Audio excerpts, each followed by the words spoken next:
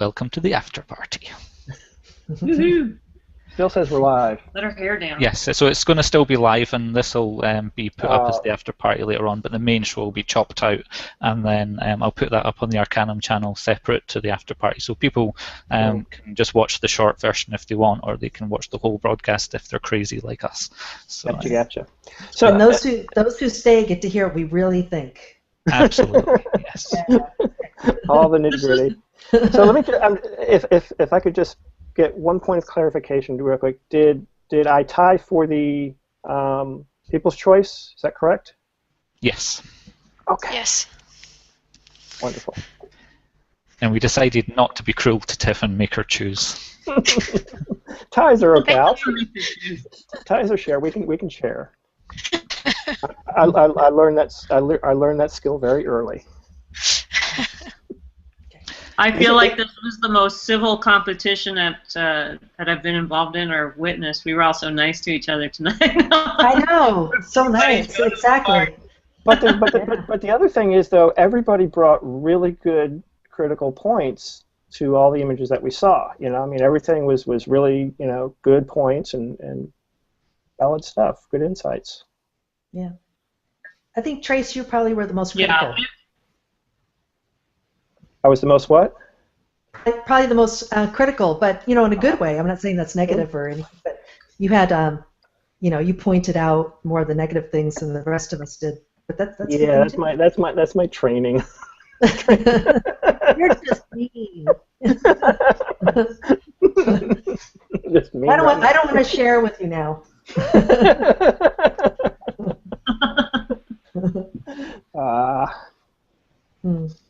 So have any of you guys got any interesting projects coming up that you might want to talk about? Sleep. Sleep. I do. I'm going to step in there. Okay, so speaking on the drones thing, so there's this podcast or video called That Drone Show. And so they're very active, and you can look on the internet. They have a YouTube channel and stuff. So they wanted to do different breakouts of it, so they have got that drone news, that drone buzz, that drone, you know, technical kind of thing. So they're going to do that drone photo, and so I'm going to co-host that on top of all this other stuff that I do. But that's really exciting because a lot of the aerial photographers, you know, people flying, they don't know what a good picture is or how to make their pictures better. So that's my Can goal it be there. styled like? Can it be styled like the old car talk show? Oh, I love it. That'd be fun. Huh? Yeah. That would be He's really a sister, fun. though. I got a co-anchor, so that would be fun. But Did you say it was called That Drone Show? That Drone Show.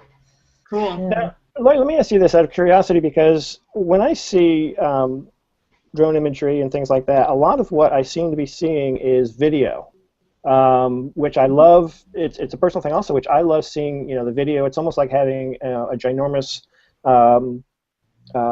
crane or boom, whatever it's called, that, you know, you can just go up as high over the trees and you can pass over, and it just seems like it's tailor-made for cinematography and video filmmaking. As still photography, and I've seen some great work from you guys, from Colin Smith and everything else like that are just beautiful still images, really interesting perspectives and things like that. But it almost seems like there's the interest is more heavily weighted towards video. Is that true, or? I think it's half and half. I think it's probably going to go more towards video because with like the new Inspire that just came out that shoots 4K video, you know, it's awesome. So we'll probably see more and more video. But right now, I think it's still half and half. Yeah. And it's a whole nother beast when it comes to video, just like anything, just like being on the ground, it's a whole nother beast. But, you know, because I've done some aerial video work, and I have a great pilot that I've been able to work with. And, you know, I'm gimbal operating the camera, which is completely different than the kind of crane and jib operating that I did when I was really doing a lot of it in Hollywood. It's a whole different brain set because it's more of that video game. You know, I think if you've grown up playing a lot of video games, it's a lot easier. I'm very... because my body was so involved with the camera itself in camera operating and shooting, it's been really a struggle and frustrating for me because I was so I was really good at that, when I was doing it that way, and it's frustrating when I get my hands on the gimbal, and it's so hard to feel and to know. Just watching it is completely different than working as a camera operator, with a camera that you can hold on to and feel the movement and know where you're going. Mm-hmm. So it's really, and I've seen some amazing gimbal operators, when it comes to doing the video work, because to keep things level and keep that horizon going and making sure that camera is not just flying all over the place is a really hard thing to do. Yeah. Yep. I just saw it, and if I can find it, I'll put a link into it. One of my friends, John Stanmeyer, went to school with photography, started the 7 Agency with James Noctway and all. He backed a Kickstarter program that has this incredible. You put a camera on it, and it's this whole system that these guys are putting together, and the movements you can get, swings, tilts, all this other kind of stuff, is just totally mind-blowing. So I think for anybody who's interested in DSLR videography, would be interested in this. So if I can find a link to it, I'll try and post it in the in the Masters thing. Be kind of cool for everybody to sort of check out. Very good. And I'd love to hear more too about. I want to check out, Lori, the females drone or aerial flyers, whatever. What was it called? Female Flyers, and it's under DJI. DJI, that's the company that makes these copters. Oh, it's for the DJI. Okay. Yeah, but they set aside a month. What are you flying right now? I've got 2 Phantoms, the Phantom 2 Vision and the Phantom 2 Vision Plus, and I'm looking to get an Inspire here hopefully soon. So that'll be great. But when I first, I was just going to say, when I first started flying, I was up in the Bay Area working at Google. So I knew some of these folks, Barry Blanchard and Mark Johnson and Romeo and all these guys that were really into it, and I was the only female, including Russell Preston Brown from Adobe. So I'd be flying with them. And coming to San Diego, I just didn't know very many female flyers. I mean, we're very rare. And so we created this community on Facebook called Amelia Drone Hearts. And all of a sudden, we have over 100 women flyers. It's awesome. We're just kind of coming out of the woodwork because it's, this isn't just for boys. It's not just a toy. It's a tool that we can all use. And as photographers, it's just that extra lens. And it's like a tripod in the sky. That's how I can explain it. It's just awesome. Have you had a chance to take them on safari at all? No, I've been to Africa, but that was before I had the Phantoms. And I don't know. I have this thing about wildlife because it's one of the first things people will ask me because I'm a wildlife photographer, and they'll say, "Oh, do you use it for shooting wildlife?" And a lot of these places are restricted. For instance, if you go up the coast to elephant seals, you'll get heavy fines if you fly over and disturb them. And I'm not into disturbing wildlife. I'd rather just take my DSLR, stick it on a tripod, and just photograph the traditional method. So I really don't go out. I'm looking for textures and landscapes and interesting things, around me that I can photograph. But no wildlife. But I've seen some interesting things. People do silly things, though. You've got to be careful. So. Yeah, you do. Well, I was thinking about, being a kid, I grew up loving nature films and seeing the cinematography that was done. I was just, even aerial from the biplanes that they would do, just beautiful, beautiful stuff. I grew up always sort of, that was my other thing. I would have been a cinematographer when I was a little kid. That's kind of what I want to do. And one of the things I tell people all the time is whenever you're watching some incredible video of something going on, whether it's extreme sports or some incredible nature event going on or something like that, underwater, whatever it is, somebody is holding a camera and filming this. Somebody crossed that glacier ahead of everybody else, turned back so they could film everybody else crossing that same glacier. Probably got a big camera, or if you ever see like an IMAX film, and that's a huge camera to have to, and equipment to that, and things are shot in IMAX. Think about the cinematographer who has to do all that filming. It's just incredible. Do you guys know? I'm gonna try. Oh, I'm sorry. Go ahead, Laura. Go ahead. I was just going to say, a photographer, a friend that I know, Corey Rich, he does a lot of action photography, and a recent one was this person that was climbing up on a cliff. But you have to realize, too, just like Trace, what you said, he was there, too, photographing it. So, and he probably has it even tougher because he's carrying the equipment with him, and so he should get double kudos for doing that. But that's something we should all remember. Yeah, that's a good point. It's true. It's very true. I'm going to bring something up that I was going to share with you guys real quick. And of course, you know, it's always hard. It's so hard to share video in these screen shares and our Hangouts, but I'll do it anyway. So I do a lot of smartphone video work, and for myself, but to help people learn that they can shoot video. And they don't have to have a lot of fancy equipment to do it. And I was out last week. I had bought a new case for my smartphone, for my iPhone. It's a life-proof case, and it's completely waterproof and dust-proof. And yet my screen is still able to. It's still my screen, so it's sealed all the way around. And I was really excited about it, and so I couldn't wait to go down to the coast and dump it in the water. And at first I was very afraid to do it, but worked out great. And I also have a small slider, so I was just playing around, and I just wanted to share a moment from that to show what you can do. So let me grab that real quick. Yeah, I was looking at life-proof cases before. If I'm not mistaken, I think that you can go down to like 6 feet. Yeah, with it, and I just wanted something that I could just be, you know, on the shore and that I could get wet, and if I happen to drop it in the river or something, you know, on the creek, I'm not worried about it. It's not like I'm going to go diving with it or anything like that, but in any case, this is also done with the app called Filmic Pro. Oh, yeah, I love that in app. slow motion, and it's just going to be a nice moment here where it's serendipity. Here comes the seagull in slow motion. Is this your film, Gina? Yeah. Cool. Did you do this on the iPhone 6 or something, or? iPhone 5S. Okay. With Filmic Pro, and I'm working out some things. I was just doing some tests because there's some image stabilization problems, and actually, you see, I've got a small little slider that I play with too, and just using a slider, you know, adds a ton of production value to any video. So this little slider I have is not very expensive. It was like $150, and the difference between, you know, a $150 slider and a $1,500 slider is, of course, stability.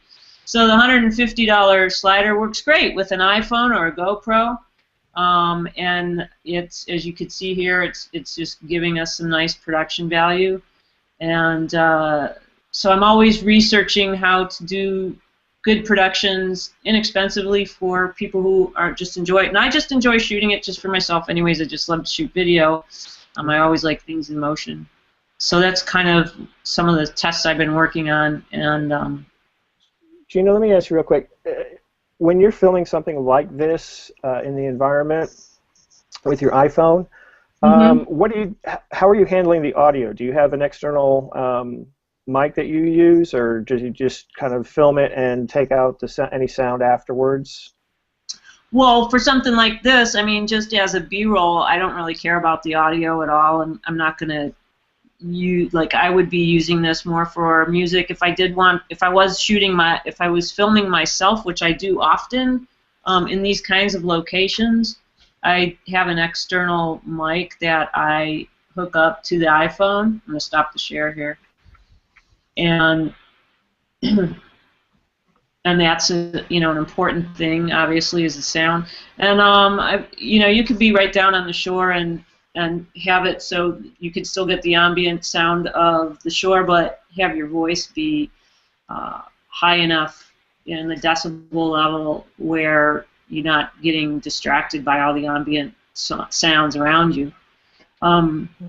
If I wanted to record the sounds of the water and I'm shooting slow motion, I'd have to have an external recording device as well, because it's just whatever's happening, and it doesn't even, Filmic Pro doesn't even record audio as soon as you start to change the frame rates. If you've played with your slow motion video on your iPhone, you know you get that Godzilla-like sound that's kind of fun sometimes and can be used for fun things. But yeah, usually an external recording device is what you need for something like that. Cool. Nice. Right, so I think we'll do some sharing of some of the things that have been going on in Twitter at the moment, so I'm just going to bring them up in a second, because we have various different apprentices sharing their images after we've been talking. So if you guys just talk amongst yourself for a minute, I'll bring them all up rather than faff about while I'm sharing. Okay. So Tiff, tell us about your trip while I'm getting these up. My trip. I went down to Sydney. I had my first ever photo shoots, and I had a model and a makeup artist, and we went out into the woods and did all kinds of crazy things. And now I have to do post-production now that I'm home and get it all together. So that was my trip in 30 seconds or less. Very nice. That's a quick trip. No. Nice. But yeah, I couldn't get any models in my local area, so I had to travel to Sydney, which is about 7 hours away. So yeah, Wow. trying to build my portfolio and do some new stuff. Where will we get to see this work at, Tiff? My website is tjgcreative.com. And yeah, it will be up there, but it probably will be another couple of weeks while I bring it all together, because it's all composited fantasy type work. So oh wow, it won't be fast. Yep. And it's got to go through critique with my master and everything, so it'll be a little while. Cool. Well, I have got these images up now that Tiff just sent on to me, so I will just bring them up just now. Right, there we go. So where's Trey? How about that? Should we play that game for a second? Yeah, Trey is in London just now. Still, I believe, on his round the world trip. He started off in Antarctica, went to New Zealand, headed to wherever Digital Rev films, Hong Kong, I think, over to Europe, Oh, yeah. and then I think he heads to America before he returns home. So he's just gone round and round the world, just over and over and over. Yeah. Did you guys see that video with Digital Rev and Yeah, Trey? that was cool. That was fun. That was fun. Yeah, that was awesome. It was a little scary though when Trey was, the Inspire wasn't starting up and they're kind of trying to figure out what was wrong. I'm like, oh no, oh no, get it up in there. So don't crash. Don't crash. That's awesome. Yeah, I thought that was well done. It was fun. Their little pilot outfits. Yeah. And when they came out in the captain's outfits. Yeah. Yeah. That is cute. Yes, so this is our first image from one of the people that's watching, and you might remember Lisa from last week. She helped out with the gathering last week that Pete and Curtis ran along with Tanya, and Lisa's often sharing things with us on Twitter, and having a look at this, I'm not entirely sure what it is, but it's pretty cool. And it also reminds me of Mickey Mouse, and that's awesome. It almost looks like those that there's an app called something like Tiny World or something. Yeah. Tiny Planet. Tiny Planet, yeah. Yeah. It looks really cool though. I like that. Yeah. Usually you just see the round, not with the little ears there, but just a round tiny planet. So that's kind of interesting that she added those little ears to it. It's cute. Actually, it almost looks like a Ferris wheel or something that was done. It probably was. Yeah, that was the original shot, was a Ferris wheel. That's super clever. Yeah. Mm-hmm. Cool. The next one is from Jeffrey McFeeters. Disney will be calling to buy that image. Yeah. Yeah. Or their lawyers will be calling to sue for copyright. We're not getting this share coming through, are we? Can you guys see the next share? No? No. Not yet. No. No. Okay, I'll stop and then reshare. I think it doesn't like IE sometimes. There's IE still around? I thought that went the way of Netscape. It's there for those times when you have so many tabs open in your Chrome that you just can't handle sharing it. So. That's what Safari is. They even have Safari for Windows. So I mean, it's like I use Safari. You have like 40 tabs open all the time, but. Yeah, so you should be able to see that now. That's Jeffrey's, I guess, sunset or sunrise, one of the two. It looks if you click on the image, it'll come up larger. Well, you say that, but whether it will or not. Oh, yeah. Sorry. It is Internet Explorer. What can you do? Yeah, let's give it a shot and see. So, reshare. How's that? Black. Yeah, better. Yeah, black screen. Oh, there it is. Oh, there's actually birds. I didn't even notice that. Ah. Yeah. The decisive moment. Wow. Love it when that happens. Mm-hmm. Yep. You wait all day for a single bird to come along, and then a whole stream of them comes along at the same time. Now, does it say anything about this image that it was a single capture, or is this a pano? It doesn't say on the tweet anyway. Unless was there another tweet that mentioned it, Tiff? No, not that I saw. But I'm sure Jeffrey's around and he can tweet more soon. Yes, and then I'll just bring up the final one. So this one is from someone I know fairly well. This is Mel Wolverson, and she's one of Ollie's apprentices, just like I was, or am, because I'm kind of in limbo at the moment. But Mel is working her way through Sphere 1 and gathering various different images for her levels there. And this, if I remember correctly, was an image that she caught one morning because the weather there where she lives is crazy cold at the moment. So this was some of the frost or ice that formed on one of the windows at her house. She just grabbed it on the way out in the morning, which is pretty cool, and loads of detail going on in that ice there, which I think is pretty awesome.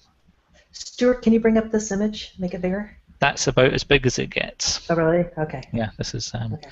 It was just a quick capture. I think she did it on her phone, if I remember correctly. Oh, gotcha. Okay. So yeah, cool. Pretty cool. So that's what people that are watching have been sharing. Very good. That's fun to see different people coming in and sharing their stuff. I like it. Very nice. Yes, I'll get rid of Internet Explorer now before Trace gets even more offended. I'm just floored that old technology is still around. Yes, I only had to. Like AOL. I only had to. God, remember getting all those discs in the mail all the time. Yeah, he probably doesn't remember, but I do. No, I remember them. I used to have AOL back in the day. I'm always amazed when I see somebody I just meet her and their email address is an AOL.com address. Oh wow. Yeah, my parents have AOL.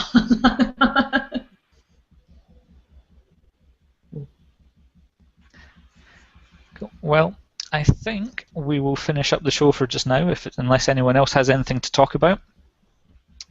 No, does anybody know of a Tim Tam dealer in the States? I think, if I remember correctly, Mason got them off Amazon, so you might want to check with him. But if you have any trouble, we have our contacts, and I'm sure we can get some sent across to you. But yeah, pretty sure Amazon was where Mason got them from, so give him a shout, and he might even have some left still. Unlikely, but you never. My birthday's coming up soon, so. Hint, hint. Since I didn't get a Christmas card from anybody, you know. Oh, that's right. Poor Trace. Great. Well, thanks for joining the show, everyone. It's been fun. Looking forward to seeing what the next group of apprentices bring next week, because I think every week we've seen some really great images. So it's been another worthy winner again this time, and worthy competitors as well. So Yes. Thanks for joining the show, and I shall pop this up in the Grand Library for anyone that wants to watch it at a later date. And enjoy the rest of your evening, morning, afternoon, depending on where you are around the world. Okay. Thanks, Stu. Thanks for always staying up late. You. No problem. Yeah. Bye, everyone. Congratulations again, Laurie. Yeah, congratulations, You guys too. Thank you. Bye-bye. Bye, guys. Bye.